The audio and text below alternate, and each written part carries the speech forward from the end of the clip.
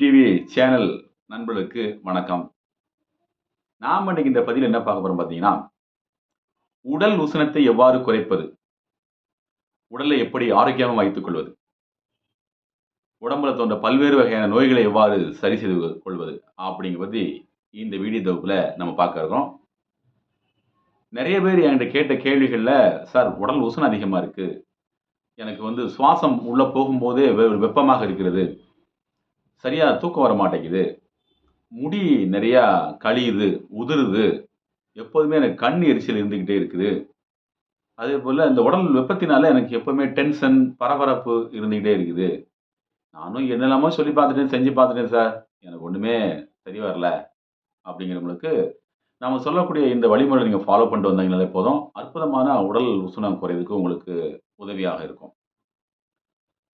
அதாவது இன்றைய காலகட்டங்கள்ல எல்லாரும் பார்த்தீங்கன்னா, நம்முடைய பெரியோர்கள் பார்த்தீங்கன்னா, ஒரு சில உணவு வழிமுறைய பயன்படுத்தினாங்க. ஒரு எதார்த்தமா வாழ்க்கை வாழ்ந்தாங்க. ஆனா இன்னைக்கு நாம என்ன பண்ணோம்னா, எல்லாருமே பரபரப்பான வாழ்க்கை வாழ்ந்துகிட்டு இருக்கோம்.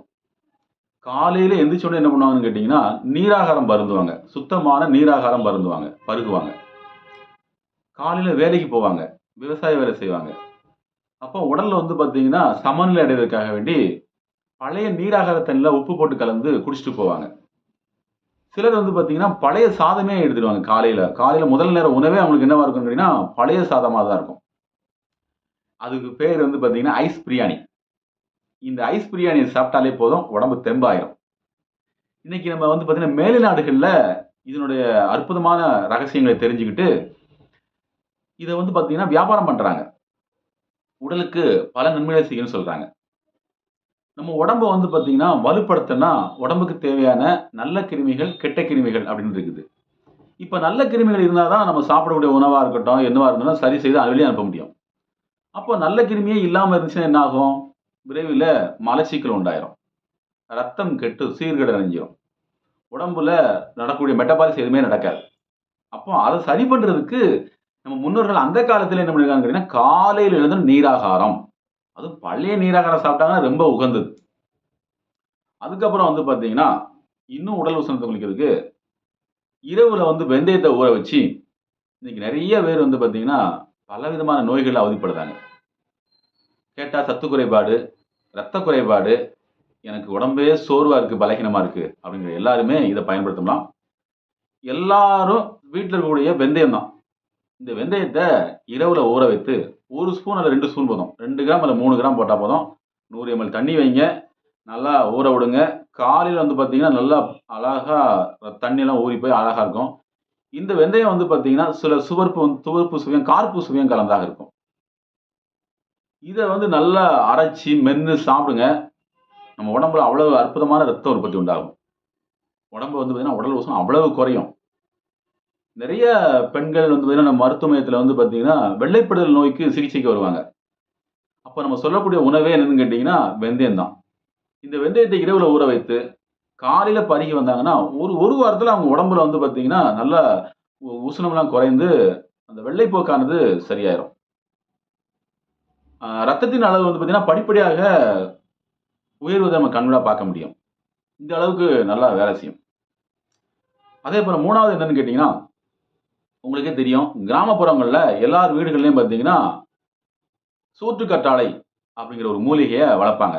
இது நீர் சத்து நிறைந்த ஒரு தாவரம். அதாவது குத்து செடி மாரி இருக்கும். இந்த தாவரம் இந்த செடிய அந்த முதல் ஒரு இதழ மட்டும் எடுத்துட்டு மேல் தோலு, சைடு எல்லாம் சீவிட்டு, அத நல்லா கட் பண்ணி, மோர்ல கலந்து மிக்ஸியில போட்டு அடிச்சு, ஒரு ஜூஸ் மாரி பண்ணி சாப்பிட்டீங்கன்னா, அபரிதமா உடல் உஷ்ணம் குறையும். உஷ்ணம் குறையத கண்கூடா பார்க்க முடியும். இந்த நெறைய டிரைவிங் பண்றவங்கலாம் இரவுல கண் விழிச்சு பண்றவங்கலாம் பார்த்தீங்கன்னா, இத எடுத்துக்கலாம். காலையில ஒரு ஜூஸ் மாரி எடுத்துக்கலாம். எடுத்துக்கிட்டாலே போதும் அவ்வளவு நல்ல பலன்கள கொடுக்கக்கூடியது. உடல் உஷ்ணத்த அப்படி குறைக்கும். அதேபோல நுங்கு, இளநீர் இது எல்லாமே இயற்கை சார்ந்த உணவுகள். இந்த நுங்கு பார்த்தீங்கன்னா, நெறைய இடங்கள்ல வியாபாரம் செய்றாங்க. ரோட்டோரங்கள்ல, சாலை ஓரங்கள்ல வியாபாரம் செய்றாங்க. நுங்கு சாப்பிட சாப்பிட உடம்புல நல்லா குளிர்ச்சித்தன்மை உண்டாகும். இளநீர். காலையில வெறும் வயித்துல நெறைய பேர் இளநீர் சாப்பிடுவாங்க. இளநீர் காலையில சாப்பிடும் பொழுது உங்களுக்கு அமிர்தமாக வேலை செய்யும். நீங்க காலையில இளநீர் சாப்பிட்டா இது செய்யுமோ, இல்ல அத சாப்பிட்டா இது சாப்பிடணும்னு கன்ஃப்யூஸ் பண்ண வேண்டிய அவசியம் இல்ல. இப்ப சொன்ன உணவுல உங்களுக்கு எது கிடைக்குதோ அத பயன்படுத்திக்கங்க. இளநீர் வந்து ஒரு அற்புதமான மருந்து. நெறைய நுண்ணுட சத்துக்கள், நெறைய சத்துக்கள் நிறைந்தது. சிறுநீரகத்து செயல்பாட ஊக்குவிக்கக்கூடியது. நம்ம உடம்புல வந்து சத்துக்கள பூராமே உறிஞ்சக்கூடிய தன்மை குடலுக்கு வந்து இயல்பாவே ஏற்படுத்தக்கூடியது. நல்ல இளம் வழுக்கையா உள்ள இளநீய சாப்பிடுறது இன்னும் சாலச் சிறந்தது. நெறைய பேருக்கு எனக்கு சர்க்கரை வியாதி இருக்கு, எனக்கு இருதய சம்பந்தமான வியாதி இருக்கு, நான் சாப்பிடலாமான்னு கேட்பாங்க. இளம் வழுக்கையான இளநீரை கண்டிப்பா சாப்பிடலாம். உணவுகள்ல வந்து பார்த்தீங்கன்னா, கம்மங்கூழ். கம்மங்கூழ் வந்து பார்த்தீங்கன்னா, இயற்கையாகவே உடல் உஷ்ணத்த குறைக்கக்கூடியது. நீங்க பார்த்திருப்பீங்க. சில கோவில்கள்ல வந்து பார்த்தீங்கன்னா, ஒரு சில காலகட்டங்கள்ல இந்த கம்மங்கூழ் ஊத்துவாங்க. ஏனென்றால், அது ஆடி மாதமா இருந்தா இன்னும் சிறப்பு.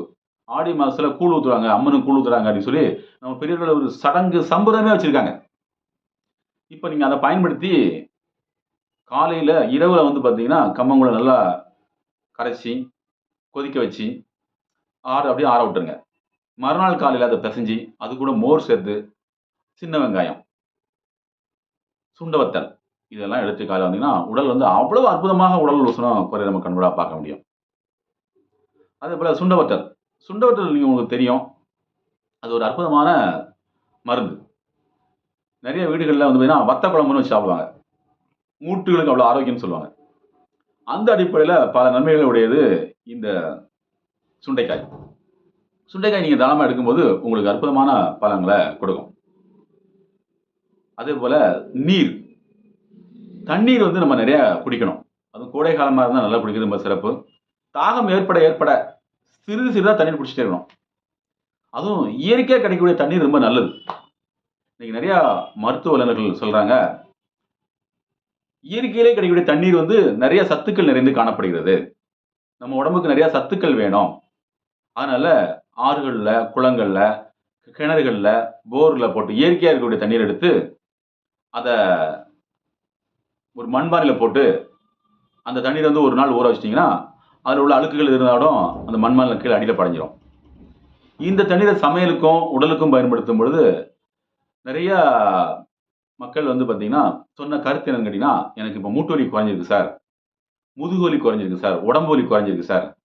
நல்லா ஜீரணம் ஆவுது. உடம்புக்கு தாகம் குறையுது. அற்புதமா இருக்குன்ருக்காங்க." நம்ம எல்லாருமே இயற்கையிலே கிடைக்கிற தண்ணீர குடிச்சு தான் நம்ம பழகணும். அந்த தண்ணீரானது ரொம்ப நல்லாருக்கும். இப்போ நம்ம மாவட்டத்துல பார்த்தீங்கன்னா, தென்காசி மாவட்டத்துல குற்றாலம் பகுதியில பார்த்தீங்கன்னா, இயற்கையிலே கிடைக்கக்கூடிய தண்ணீர்கள் இங்க நெறைய காணப்படுது. இந்த பகுதி மக்கள்லாம் பார்த்தீங்கன்னா, எப்பவுமே உடல் ஆரோக்கியமும், சுறுசுறுப்பாவும் இருப்பாங்க. அதனால தண்ணீர்கள வந்து பார்த்தீங்கன்னா, இயற்கையான இருக்கிற தண்ணீர நம்ம பயன்படுத்தும் பொழுது, உடல் சுறுசுறுப்பாகவும், உடலுக்கு தேவையான ஆரோக்கியமான வாழ்வை வழங்குறதுக்கும், இந்த தண்ணீரானது அவசியமானதா காணப்படுது. ஏனென்றால், நம்ம உடம்புல இருந்து தண்ணீர் சத்து தான் நெறைய காணப்படுது. இப்போ சர்க்கரை வியாதிக்காரங்கலாம் பார்த்தீங்கன்னா, நாவறட்சி அதிகமா இருக்கும். அப்ப நாவறட்சி இருந்தா என்னன்னா, உடலுக்கு தேவையான அந்த உஷ்ணம் வந்து அதிகமா இருக்குன்னு அர்த்தம் அர்த்தம். அப்ப அந்த உஷ்ணத்த குறைக்கணும்னா, நம்ம எவ்வளவுதான் தண்ணீர் குடிச்சாலும் சரி, அந்த தண்ணீரானது நம்முடைய நாவறட்சிய போக்க மாட்டேங்குது. அப்ப இயற்கையிலே இருக்கக்கூடிய தண்ணீர நம்ம பருகும் பொழுது, நாவறட்சி அடங்குறத கண்கூடா பார்க்க முடியுது. இத போக்குறதுக்கு நம்முடைய முன்னோர்கள் என்ன பண்ணுவாங்கன்னு கேட்டீங்கன்னா, ஆலய வழிபாடுகள்ல ஒரு சில வேர்கள பயன்படுத்துவாங்க. நம்ம அத இன்றளவும் பார்க்க முடிகிறது. அதேபோல நீர்வீழ்ச்சியில குளிக்கும்போது, இயற்கை சார்ந்த மூலிகைகள் கலந்த தண்ணீர் வந்து நம்ம உடம்புல படும்பொழுது, உடல் உஷ்ணம் நல்லா குறையத கண்கூடா பார்க்க முடியும். அந்த வகையில பார்த்தோம்னு வச்சுக்கங்களேன், மலைகள்ல வந்து பார்த்தீங்கன்னா, வேர்கள்ல வந்து பார்த்தீங்கன்னா, வெட்டி வேர், நன்னாரி வேர், விளாமிச்சை வேர் இதெல்லாம் பார்த்தீங்கன்னா, காடுகள் நெறைய கலந்து காணப்படும். இந்த வேர்கள்ல அந்த தண்ணீர் பட்டு வர தண்ணீரோட சுவை இயற்கையாகவே அதிகரிக்கும். பல நோய்கள குணப்படுத்தக்கூடிய தன்மை உடையது. அப்போ அந்த அருவியில அவங்க குளிச்சாங்கன்னா, அந்த தண்ணீரானது அவர்களுக்கு உடல்ல வந்து ஆரோக்கியமா வைக்கிறதுக்கு பெரிதும் உதவி செய்யுது. இதையே நாம என்ன பண்ணலாம்னு கேட்டீங்கன்னா, குடிநீர்ல கலந்து பருகலாம். நெறைய பேருக்கு வந்து பார்த்தீங்கன்னா, கை கால்கள்லாம் வீங்கிரும். டிராவல் போயிட்டு வந்தாலோ, இல்ல படுத்திருந்தாலோ, சும்மா இருந்தாலோ வீங்கிரும். அப்படிப்பட்டவங்க, நான் சொல்லக்கூடிய இந்த வழிமுறைய ஃபாலோ பண்ணீங்கன்னா, கை, கால் வீக்கம் குணமடையத கண்கூடா பார்க்க முடியும். சிறுநீரகத்துக்கு சக்தி வழங்கக்கூடியதா பார்க்க முடியும். எப்படின்னு கேட்டீங்கன்னா, வெட்டி வேர், நன்னாரி வேர், விளாமிச்சை வேர். இந்த 3 வேரையும் ஒரு கை பிடி அளவுக்கு வச்சுக்கங்க. ஒரு 20 லிட்டர் தண்ணி எடுத்துக்கங்க. இந்த 20 லிட்டர் தண்ணீல இந்த 3யுமே ஒரு சின்ன மூட்டை மாரி முடிச்சு கட்டி உள்ள போட்டுருங்க. ஒரு நாள் குறைந்தபட்சம் ஒரு 12 மணி நேரம் ஊறட்டும். இப்ப நான் ஒரு முதல்ல சாயந்தரம் வந்து ஒரு 6 மணிக்கு ஊற வைக்கிறீங்கன்னா, மாலையில 6 மணிக்கு ஊற வச்சீங்கன்னா, மறுநாள் காலையில அந்த தண்ணீர பருகலாம். இந்த தண்ணீர சமையலுக்கும் பயன்படுத்தலாம், குடிக்கவும் பயன்படுத்தலாம். இது வந்து பார்த்தீங்கன்னா, பல்வேறு வகையான நோய்களை குணப்படுத்துறதுக்கு இந்த தண்ணீர் வந்து அவசியமானதுன்னு சொல்லியிருக்காங்க. அதேபோல உடல் உஷ்ணத்தை குறைப்பதற்கு மிக ஒரு அருமருந்தாக பார்க்கப்படுகிறது.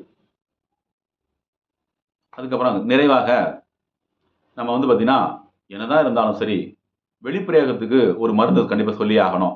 ஏன்னா எல்லாருமே வந்து பார்த்தீங்கன்னா, உள்ள சாப்பிடுறதுக்கு வந்து சிரமப்படுவாங்க. ஆனா வெளிப்பிரயோகம் ஈஸியா பயன்படுத்திருவாங்க. வாரத்துக்கு ஒரு 3 நாளைக்கு ஒரு முறை சுத்தமான விளக்கெண்ணெய் கடைகள்ல வாங்கி, இன்னைக்கு நெறைய ஷாப்ல ஆர்கானிக் ஷாப்ல வியாபாரம் பண்றாங்க. அத நல்லா தேர்ந்தெடுத்து வாங்கி, உச்சந்தலையில நல்லா குளிர வைங்க. நெறைய பேருக்கு வந்து பார்த்தீங்கன்னா, இந்த எண்ணெய் தேய்க்கும்போது சளி பிடிக்கும். என்ன காரணம் அப்படின்னு கேட்டீங்கன்னா, இது உடல் உஷ்ணத்தை குறைத்து, நுரையீரலுக்கு தேவையான ஆக்ஸிஜன் நிறைய வழங்கும் பொழுது, ஏற்கனவே நமக்கு வந்து பார்த்தீங்கன்னா, பழகி இருக்கிறனால மாற்றம் வரும்போது சளி பிடிக்கும். அத பத்தி பயப்பட வேண்டிய அவசியமே இல்ல. நல்லா தேய்ங்க. அதுக்கப்புறம் தொப்புள் பகுதியில நல்லா தேய்ங்க. கால் பாதங்கள்ல கட்டை விரல் நல்லா தேய்ங்க. கால் பாதங்கள்ல சுத்தமான தேங்காய் எண்ணெய் தேய்ச்சுட்டு படுங்க. சர்க்கரை வியாதிக்காரங்களுக்கெல்லாம் அடிச்சு தூக்கி தூர போட்டுரும். எப்படி? கால் பாத எரிச்சலை அற்புதமாக குணப்படுத்தும். உடலுக்கு வந்து அவ்வளவு அற்புதமாக உடல் உஷ்ணத்தை சரி செய்யும். இந்த மேன்மைகள் எல்லாம் வழங்கக்கூடிய தன்மை எதுக்கு இருக்குன்னு கேட்டீங்கன்னா, இந்த தன்மை இந்த எண்ணெய் இருக்குது. சுத்தமான விளக்கெண்ணெய் இருக்குது. நெறைய பேருக்கு வந்து பார்த்தீங்கன்னா, மூட்டுல வறட்சி காணப்படும். மூட்டு நடக்க முடியாம கஷ்டப்படுவாங்க. அவங்க மூட்டு வலியிலிருந்து ஆரோக்கியம் அடைவாங்க. அப்போ உடல் உஷ்ணமும் நீங்குது. மூட்டுகள்ல பசை தன்மையை அதிகப்படுத்துது. அப்போ இந்த வகையில் நீங்க பயன்படுத்தி வந்தீங்கன்னா, உடல் உஷ்ணம் கரையலாம். உங்கள் உடல் ஆரோக்கியத்தை ஆரோக்கியமாக வைத்துக் கொள்ளலாம். எப்போதுமே ஒரு சந்தோஷமான மனநிலையில நம்ம செய்யக்கூடிய வேலைய திறமையா செய்யலாம். அதுக்கு பெரிதும் உதவி செய்யும். ஆகவே பயன்படுத்தி பார்த்து உங்களோட அனுபவங்கள கமெண்ட் பாக்ஸ்ல கமெண்ட் பண்ணுங்க. மேலும் இது போல பல நல்ல விஷயங்கள் வந்து கொண்டே இருக்கும். நம்ம சேனல புதுசா பார்க்குறவங்க சப்ஸ்கிரைப் பண்ணி பாருங்க. நம்ம சேனல பார்த்த அன்பு உள்ளவங்களுக்கு நன்றி.